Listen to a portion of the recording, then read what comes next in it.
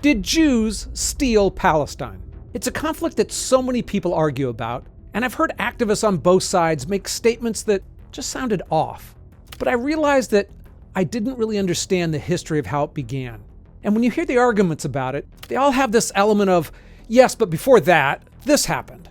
So it's a long history, and it's understandable to be confused. I decided to start at the beginning of recorded human history and see what I could learn. I'm Ken LaCourte.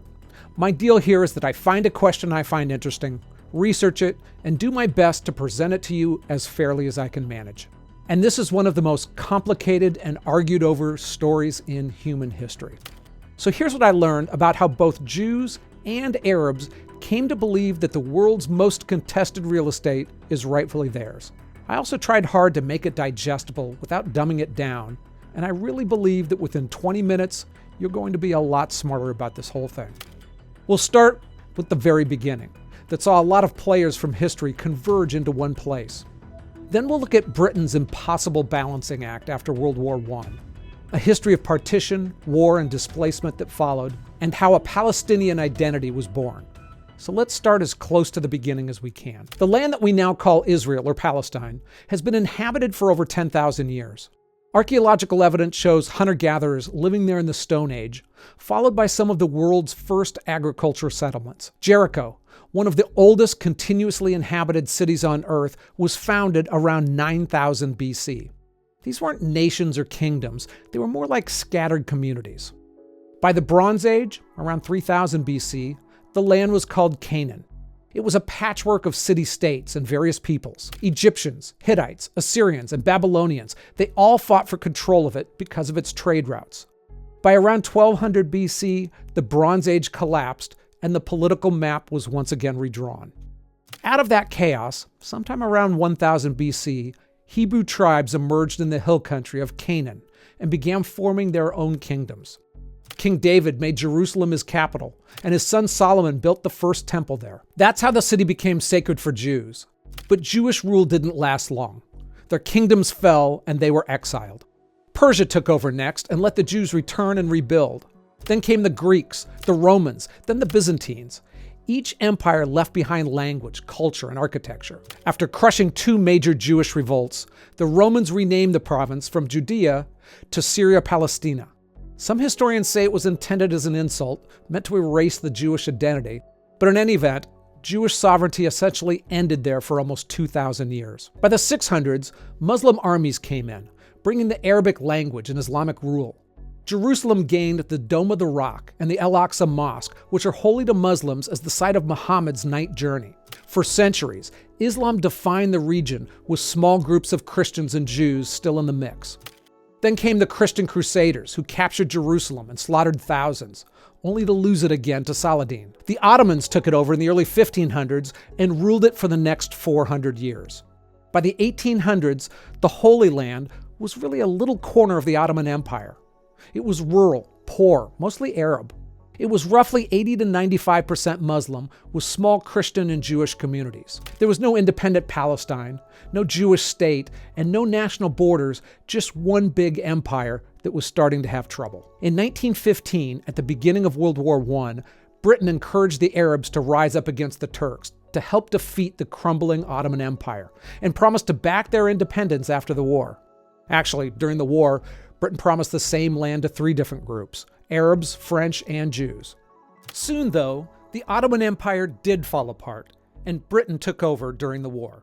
For Britain, it would turn out to be an impossible balancing act. And in 1917, they made perhaps the most famous promise of all, the Balfour Declaration. It pledged support for a national home for the Jewish people. It also vowed to protect the civil and religious rights of existing non-Jewish communities. Now, Britain had various political reasons to do it, and the declaration excited Zionists, and it horrified local Arabs. For the first time, a major power publicly promised the area to one group, and in doing so, it came face to face with an unsolvable problem. The League of Nations gave Britain the mandate to govern the land and to turn that vague national home into reality while somehow keeping Arab majorities calm. The Jewish National Fund and other Zionist groups began buying tracts of land in Ottoman and later British Palestine. Now, they did it legally according to Ottoman and later British law. They often bought the land from absentee Arabs or Ottoman landlords, and they paid a lot of money for it. They called it aliyah, literally ascent, and it meant waves of immigrants who built new towns, including Tel Aviv. But for the Arabs already living there, the sight of newcomers buying land, fencing it off, and setting up self-contained settlements was frightening. The sales were legit. Money was paid, deeds were signed, but to the local farmers, it being legal was well beside the point. For centuries, these Arab families had worked the same plots under a patchwork of Ottoman laws that weren't very clear on ownership versus use.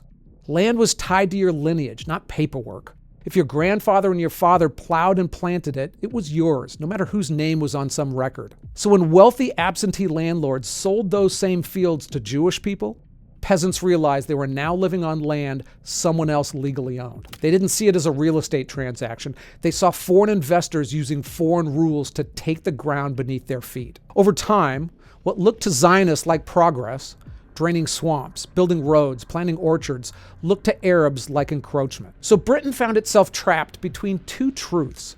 Jews believed their land purchases and development proved legitimacy.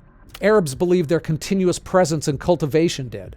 The British tried to honor both, and, no surprise, they managed to make everyone unhappy. Tensions erupted again and again.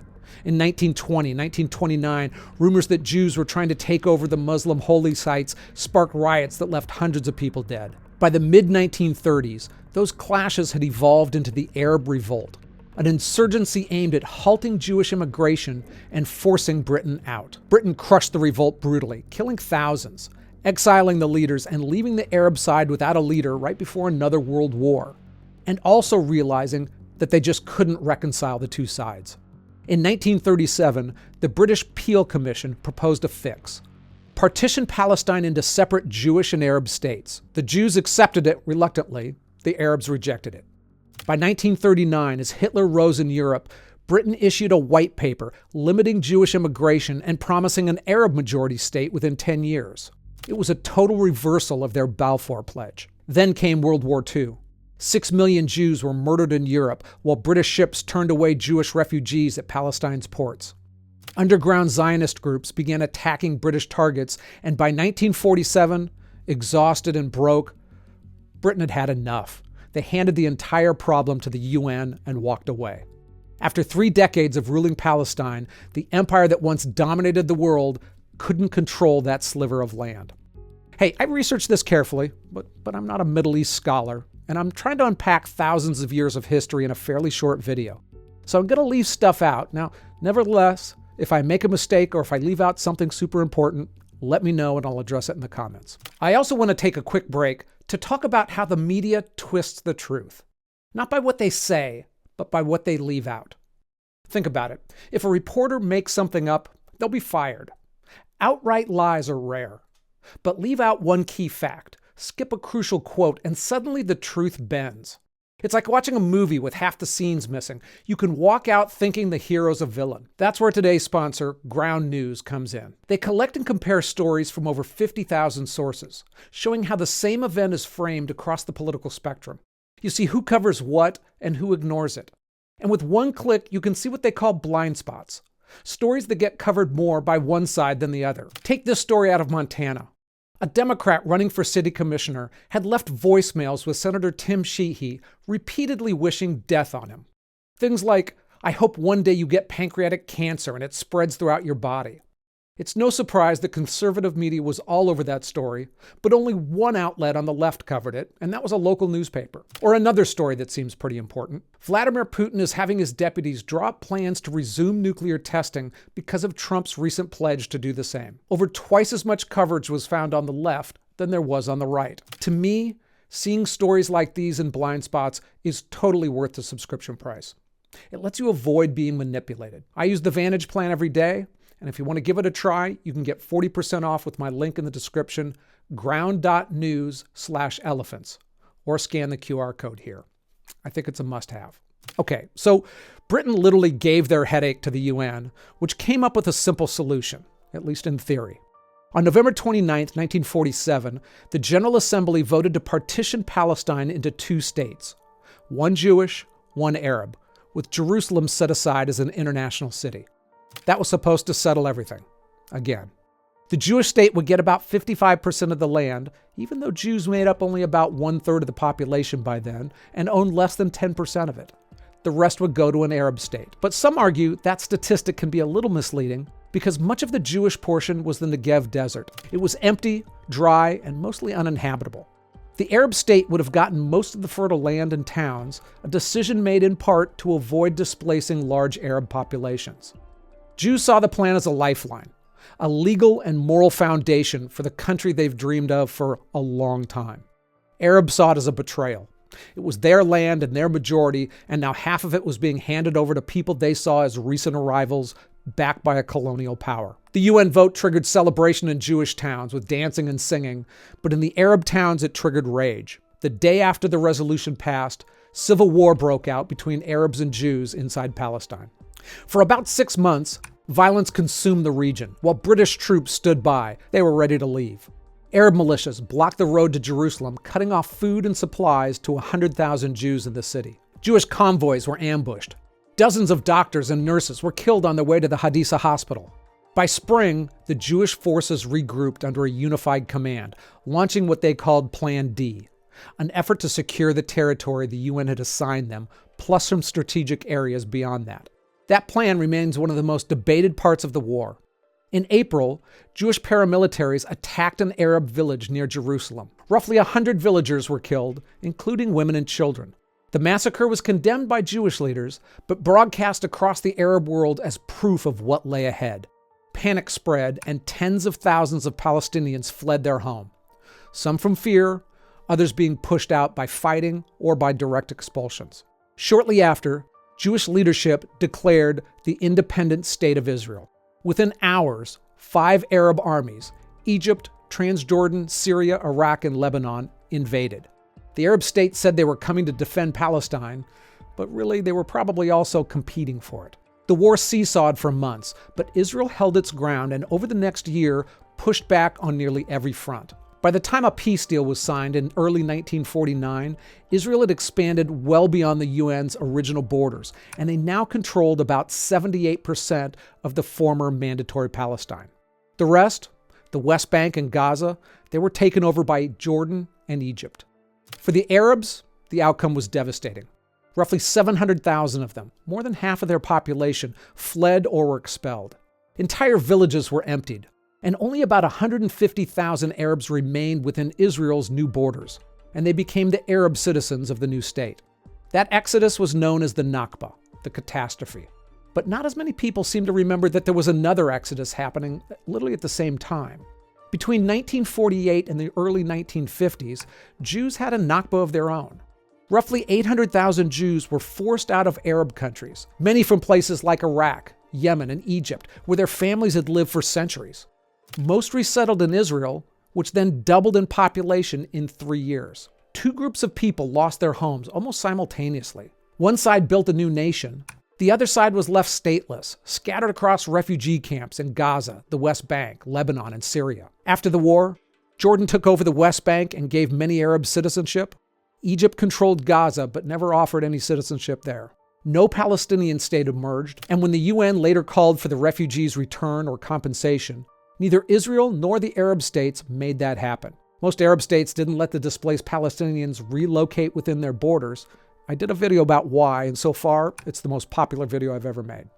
So the 1948 war determined that a Jewish state would exist, but what would happen to the Palestinians who had lost their land?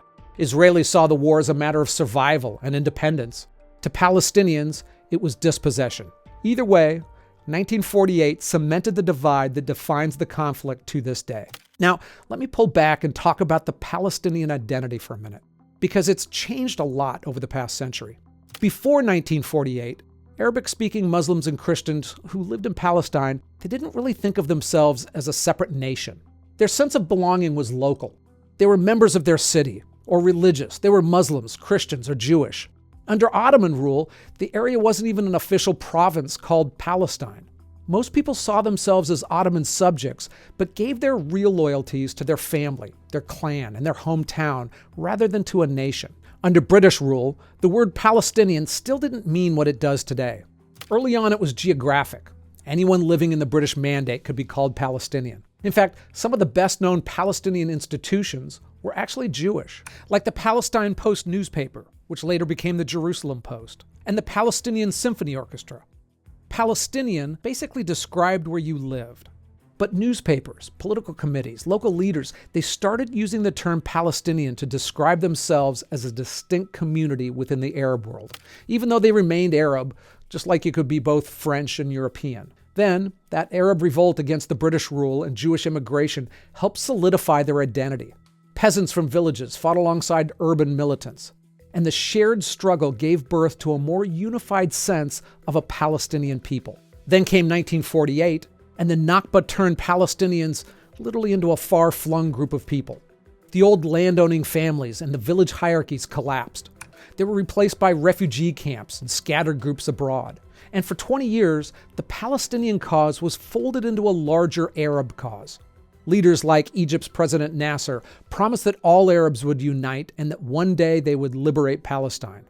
They tried, and once again, made things worse. The war came when President Nasser kicked out UN peacekeepers from the Sinai, closed the Straits of Tiran to Israeli shipping, and gathered troops on Israel's border. Syria and Jordan joined in a military pact with Egypt, and Israel saw what was coming and struck first.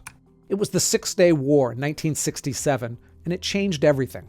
The result was devastating for the Arab side. Israel destroyed Egypt's air force while it sat on runways, and Israeli ground forces took huge amounts of land. When the ceasefire came, Israel controlled the Sinai, Gaza, the West Bank, East Jerusalem, and the Golan Heights. Roughly 1 million Palestinians were then under Israeli military rule. In less than a week, Israel tripled its territory and created the occupation that defines the conflict today, although they didn't keep all that land. Israeli settlements started going up in occupied territories almost immediately.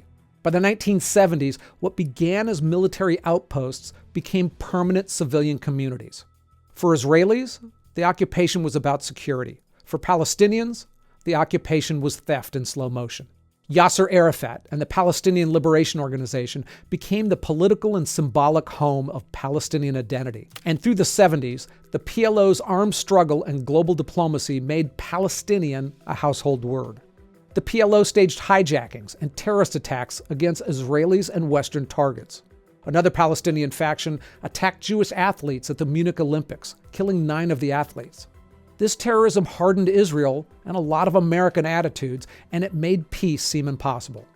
More cycles of armed resistance and terror attacks followed over the decades, as well as peace deals that have always looked promising and then faded away. There's still no Palestinian state. Israeli settlements have multiplied, and Gaza and the West Bank, they're still divided. Was it thievery, or really a clash of two national movements with lots of shared history and trauma? Too many people want stories with simple victims and simple villains. I usually can't give that to you, and I certainly can't give that to you here. The world is too nuanced, and now you're among a very small percentage of people who actually have a handle on how this whole thing really began. You know, I never expected to do so many videos on the Mideast, but people seem to like them, and I certainly learned a lot in producing them. If you're interested in more, here's my playlist for the whole batch. Thanks so much for watching. And if you think these videos are worthwhile, consider telling a friend. That'd be pretty cool. Until next time.